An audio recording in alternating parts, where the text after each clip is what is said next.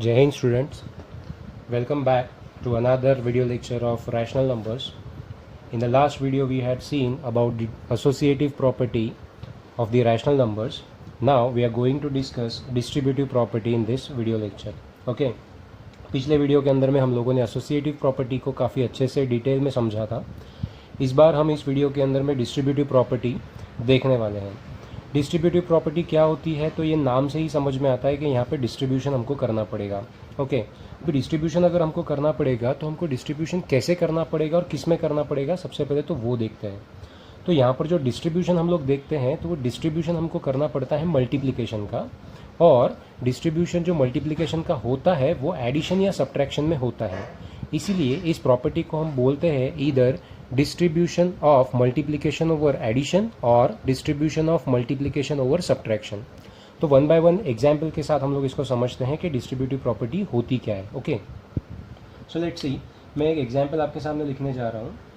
अगर मेरे पास कुछ रैशनल नंबर्स हैं जिनको मैं इस तरह से अरेंज करता हूँ, से -3/4 multiplied by in bracket 2/3 plus -5/6. ठीक है, तो यहाँ पर आप लोगों ने पिछले साल जैसे पढ़ा था डिस्ट्रीब्यूटिव प्रॉपर्टी इन इंटीजर्स, तो उसमें हमने देखा था कि अगर जनरल फॉर्म में देखें कि a multiplied by b plus c अगर होता है तो आप क्या करते हो कि a मल्टीप्लाइड बाय b, और यहाँ पर एडिशन का ऑपरेशन है तो यहाँ पर एडिशन ही लिखोगे और a मल्टीप्लाइड बाय c हो जाएगा. ठीक है, तो इस प्रॉपर्टी को बोलते हैं डिस्ट्रीब्यूटिव प्रॉपर्टी, या अभी यहाँ पर एडिशन में देख रहे हैं तो हम बोलेंगे distribution of multiplication over addition. अब यहाँ पर मैं आपको बोलना चाह रहा हूँ कि अगर आप लेफ्ट हैंड साइड के हिसाब से अगर सॉल्व करते हो तो आपको पहले दो नंबर को जो ब्रैकेट के अंदर है उनको सॉल्व करना पड़ेगा. जो आंसर आएगा उसको मल्टीप्लाई करना पड़ेगा इस a के साथ में, तो यहाँ से आपको एक फाइनल आंसर मिलेगा. अगर आप ऐसा नहीं करते हो और ऐसा करते हो कि इन ब्रैकेट के अंदर जो नंबर है उनको एक एक बार a से मल्टीप्लाई कर देते हो, जैसे पहला नंबर b था, b को आपने मल्टीप्लाई किया a के साथ में, और यहाँ पर c था तो c को मल्टीप्लाई किया आपने a के साथ में, और b और c के बीच में ऑपरेशन एडिशन का था तो यहाँ पर भी आपने ऑपरेशन लगा दिया एडिशन का. तो यहाँ पे आपने सीधा सीधा क्या किया, आपने मल्टीप्लिकेशन को डिस्ट्रीब्यूट कर दिया b और c में, जैसे a मल्टीप्लाइड बाय b कर दिया और a मल्टीप्लाइड बाय c कर दिया. तो यहाँ पे मल्टीप्लिकेशन डिस्ट्रीब्यूट हो गया, और क्योंकि एडिशन था तो एडिशन वैसे ही रहा, इसलिए इसको आप बोलते हो distribution of multiplication over addition. ठीक है, तो इसमें आपको क्या करना है, आपको एक बार a से b को मल्टीप्लाई करना है, एक आंसर आएगा, फिर a से c को मल्टीप्लाई करना है, एक आंसर आएगा. दोनों आंसर्स को जब आप ऐड करोगे एक और आंसर मिलेगा जो फाइनल नंबर रहेगा. तो आप देखोगे कि आपने इस तरह से सॉल्व किया या इस तरह से सॉल्व किया, दोनों में भी आंसर आपका सेम आने वाला है. ठीक है, इसी प्रॉपर्टी को आप कहते हो डिस्ट्रीब्यूटिव प्रॉपर्टी. अब अगर इस एग्जाम्पल के हिसाब से अगर हम लोग देखते हैं तो हम लोग क्या करने वाले हैं. ठीक है, तो यहाँ पर हम देख रहे हैं कि यहाँ पे मल्टीप्लिकेशन दिया हुआ है, ब्रैकेट में ये दो नंबर है, जैसे आप इसको a समझ सकते हो, यहाँ पे मल्टीप्लाई, यहाँ पर b प्लस इसको c समझो. तो हमने तभी क्या किया था, a से b को मल्टीप्लाई किया था, यानी -3/4 को 2/3 से मल्टीप्लाई करते हैं, -3/4 मल्टीप्लाइड बाय 2/3. फिर यहाँ एडिशन था, यहाँ पे भी एडिशन है, मैंने एडिशन एज इट इज़ लिखा. फिर a से c को मल्टीप्लाई किया था तो यहाँ से -3/4 इंटू -5/6 करेंगे, -3/4 मल्टीप्लाइड बाय -5/6. ठीक है, तो ये बनता है हमारा डिस्ट्रीब्यूटिव प्रॉपर्टी ओवर एडिशन. जैसे यहाँ पे a मल्टीप्लाइड बाय b हमने लिया और यहाँ पे a मल्टीप्लाइड बाय c लिया. ठीक है, तो ये a का वैल्यू आ गया, ये b का वैल्यू, ये फिर से a का वैल्यू और ये c का वैल्यू. इस तरह से हम लोगों का ये सेटअप हो गया. तो प्रॉपर्टी ये बोलती है कि अगर आप ऐसे सॉल्व करो तो भी आंसर वही आएगा जो ऐसे सॉल्व करने से आएगा. हम लोग वन बाय वन चेक करते हैं कि दोनों का आंसर कितना आता है और उससे वेरीफाई कर लेंगे कि आंसर सेम आता है या नहीं आता है. तो अब जैसे मैं पहले वीडियो में भी आपको बताया था कि क्वेश्चन जैसे पूछेंगे वैसे हमको सॉल्व करना पड़ेगा. यहाँ पे क्वेश्चन में आपको दिया रहेगा वेरीफाई. ठीक है, यहाँ पे मैं लिखता हूँ वेरीफाई, और ये वाला पार्ट जो ऊपर लिखा हुआ है वो वेरीफाई करने के लिए बोलेगा. अब हम यहाँ पे सॉल्यूशन में लिखेंगे वेरिफिकेशन.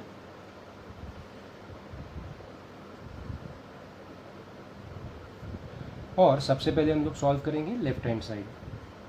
लेफ्ट हैंड साइड ले लिया, यहाँ पर लिखा -3/4 multiplied by bracket 2/3 plus -5/6 bracket close. अब जैसा कि बॉडमास रूल बताता है कि हमको सबसे पहले ब्रैकेट सॉल्व करना है, तो -3/4 will be as it is. यहाँ पर हम ब्रैकेट सॉल्व करेंगे तो दो ऑप्शंस हमारे पास होते हैं, ईदर वी क्रॉस मल्टीप्लाई और we see what LCM is. तो यहाँ पे एलसीएम मेथड इजी पड़ेगा, इसलिए बिकॉज बड़ा नंबर जो है इज़ अ मल्टीपल ऑफ छोटा नंबर, जैसा कि मैंने लास्ट वीडियो में आपको बताया था। सो यहाँ पर 6 ऑलरेडी है, तो 3 को हम लोग 6 में कन्वर्ट कर सकते हैं। How? By multiplying numerator and denominator with 2, because 3 को 2 से मल्टीप्लाई करना पड़ेगा, तो न्यूमरेटर को भी 2 से मल्टीप्लाई करना पड़ेगा। तो लेट अस मल्टीप्लाई, 2 2 ज़ार हो जाएगा 4, यहाँ पे हो जाएगा 6। ये प्लस माइनस अभी माइनस हो जाएगा क्योंकि वहाँ साइन वैसा था, दैट्स नॉट आवर फॉल्ट। अब यहाँ पे डिनोमिनेटर में 6 आ गया है, so let's see what comes out. This is -3/4 as it is multiplied by, यहाँ डिनोमिनेटर में 6 आ गया कॉमन, 4 - 5 इज़ -1। ओके, तो this is the output of -1/6 is the output of this bracket. Now let's see what is the answer of it. Negative multiplied by negative, the answer will be positive. 3 से 6 divide होता है तो 3 2 ज़ार 6, ऊपर numerator में 1 आ जाएगा क्योंकि 1 1 ज़ा 1 होएगा, नेगेटिव नेगेटिव 1 हो जाएगा ना, सॉरी नेगेटिव नेगेटिव पॉजिटिव हो जाएगा, 4 2 ज़ार 8 आ जाएगा। तो इस तरह से हमारा फर्स्ट पार्ट का आंसर आया 1/8। इसको हम स्टेटमेंट नंबर 1 बोल देते हैं। अब हम लेते हैं RHS। अब देखते हैं RHS हम कैसा ले रहे हैं, ये वाला। तो आएगा -3/4 मल्टीप्लाइड बाय 2/3। मैं एक बार फिर बता रहा हूँ, -3/4 मल्टीप्लाइड बाय 2/3। हम डिस्ट्रीब्यूट कर रहे हैं, एडिशन एज इट इज़, फिर -3/4 मल्टीप्लाइड बाय -5/6। यहाँ पे ब्रैकेट दे दो तो आपको समझ में आएगा, नहीं दिया तो भी चलेगा। अब सबसे पहले बॉडमास के रूल के हिसाब से मल्टीप्लिकेशन सॉल्व होता है, तो यहाँ पर एक मल्टीप्लिकेशन है, यहाँ पर एक मल्टीप्लिकेशन है, तो हम इसको और इसको सॉल्व करेंगे साइमल्टेनियसली, इसको अलग से इसको अलग से। तो यहाँ देखते हैं क्या होगा, 2 से 4 रिड्यूस होगा तो 2 1 ज़ार 2 2 ज़ार, यहाँ 3 और 3 कैंसिल आउट हो जाएंगे, तो ऊपर आएगा -1 और नीचे आएगा 2। अब ये नेगेटिव इंटू नेगेटिव पॉजिटिव हो जाएगा और ये पॉजिटिव, तो पॉजिटिव पॉजिटिव पॉजिटिव हो जाएगा। रिड्यूस होता है, यहाँ पे हम देख रहे हैं 3 1 ज़ार और 3 2 ज़ार रिड्यूस होता है, तो 3 2 ज़ार 6 आ गया, ऊपर 5 1 ज़ार 5 हो जाएगा, नीचे 4 2 ज़ार 8 हो जाएगा। अब यहाँ पर एक तो आप क्रॉस मल्टीप्लिकेशन कर लो या फिर आप देखो फिर से यहाँ पर 8 एलसीएम हो जाएगा क्योंकि 8 2 का मल्टीपल है, तो यहाँ पे 4 से मल्टीप्लाई करेंगे नीचे तो ऊपर भी करना पड़ेगा। So let's see what is the result. ये ऊपर -1 multiplied by 4 is -4 divided by 8, यहाँ पे तो 8 ऑलरेडी है तो nothing has to be done over there. Then denominator is same, so will take 8 common, again 5 - 4 is 1. So the answer is 1/8. This is statement number 2.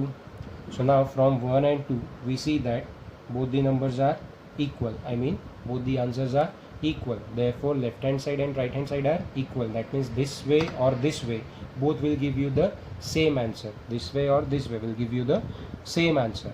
Therefore we say that therefore from 1 and 2 left hand side is equals to right hand side, hence verified। मैं यहाँ shortcut में लिख रहा हूँ। तो ये हुआ distributive property over addition. हम लोगों ने डिस्ट्रीब्यूशन ऑफ मल्टीप्लिकेशन देखा ओवर एडिशन। अब हम एक एग्जाम्पल लेते हैं जहाँ पे हम लोग distribution of multiplication over subtraction देखेंगे, ठीक है। तो तब तक मैं पहले बोर्ड क्लीन कर लेता हूँ, just hold on for a second.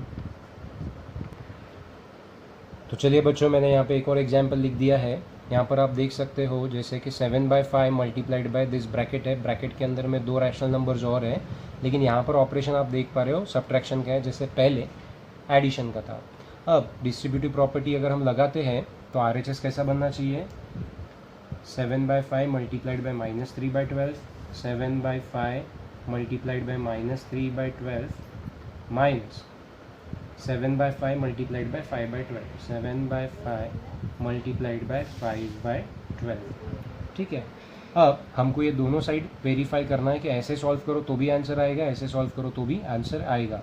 सिर्फ पहले और ये वाले प्रॉब्लम में फ़र्क कहाँ पर आ रहा है, यहाँ सब्ट्रैक्शन आ चुका है दोनों जगह पर, बल्कि पहले वाले इसमें यहाँ पर एडिशन था। ठीक है, तो हम देख रहे हैं कि डिस्ट्रीब्यूटिव प्रॉपर्टी या distribution of multiplication over subtraction verify होता है या नहीं होता है। तो let's solve first. The left hand side is equals to 7/5 multiplied by the bracket -3/12 minus 5/12. So according to BODMAS rule, first bracket will be solved. यहाँ पर आप देख रहे हो कि दोनों के डिनोमिनेटर में ऑलरेडी 12 है, तो यहाँ पर हमको ज़्यादा कुछ करना नहीं है। 7/5 will be as it is, multiplied by 12 will be as it is again because denominator is same. There will be -3 - 5, तो -3 - 5 एडिशन हो जाएगा, आंसर आएगा -8 का। ठीक है, अब यहाँ पर हम देख रहे हैं 8 और 12 आर रिड्यूसिबल, तो हम 8 और 12 को रिड्यूस करेंगे 4 से, तो यहाँ पर आएगा 4 2s और यहाँ पर आएगा 4 3s। अब 2 और 3 से यहाँ से कुछ भी रिड्यूस नहीं होता है, तो अभी मल्टीप्लाई हो जाएगा numerator with numerator, denominator with denominator. ये हमने 7th स्टैंडर्ड में देखा है कि how to use the operations while we have taken rational numbers into it. So numerator multiplied by numerator along with the sign, so +7 into +2 will give you +14 as answer, divided by 5 3s will be 15. So this 14/15 will be the left hand side's answer. Now let us see what comes out with right hand side. ये right hand side में हमने देखा 7/5 multiplied by -3/12 minus 7/5 multiplied by 5/12. Okay, तो according to BODMAS सबसे पहले multiplication solve होगा। दोनों multiplication अलग अलग चलेंगे, तो दोनों को हम साइमल्टेनियसली सॉल्व करेंगे। क्यों? क्योंकि ऐसा करते वक्त इसका इफेक्ट इस पर नहीं आने वाला, इसका इफेक्ट इस पर नहीं आने वाला, तो दोनों को हम साइमल्टेनियसली सॉल्व कर सकते हैं। देखते हैं, यहाँ पर 3 से 12 रिड्यूस हो जाएगा, तो 3 1s 3 4s आ जाएगा। सो यहाँ नेगेटिव पॉजिटिव नेगेटिव रहेगा, 7 1s 7, numerator with numerator is multiplied along with the sign, 5 4s 20, denominator multiplied with denominator along with the sign. यहाँ पर नेगेटिव यानी सब्ट्रैक्शन का operation as it is. Again here we see that 5 is reduced with 5, so the answer will be 1. Now numerator 7 multiplied by 1 will be 7. Here 1 multiplied by 12 will be 12. Okay, now here either we cross multiply or we take the LCM. अब यहाँ पे आप बोलोगे कि sir 20 is the बड़ा number and बड़ा number is not a multiple of 12 over here. So here the best way will be cross multiplication. तो of course you can go with the cross multiplication. लेकिन यहाँ पर भी आप LCM लोगे तो आंसर में जो आंसर लाते वक्त जो कैलकुलेशंस रहेंगे वो थोड़े से हमको ईजी पड़ेंगे, यानी छोटे नंबर्स आएंगे। क्रॉस मल्टीप्लाई करोगे तो भी उतनी ही स्टेप्स लगने वाली है, लेकिन वहाँ पर आंसर्स बड़े आएंगे। ठीक है, तो मैं यहाँ पे डायरेक्ट क्रॉस मल्टीप्लाई करता हूँ, आपको अननेसेसरी कंफ्यूज होगा। Let's see, 12 into -7 is -84 minus 7 into 20 is 140 divided by 12 into 20 is 240. So -84 and -140 will give you answer as -224. ठीक है, sorry 180, 140 and 80 will be 220 right and 4. 224 divided by 240.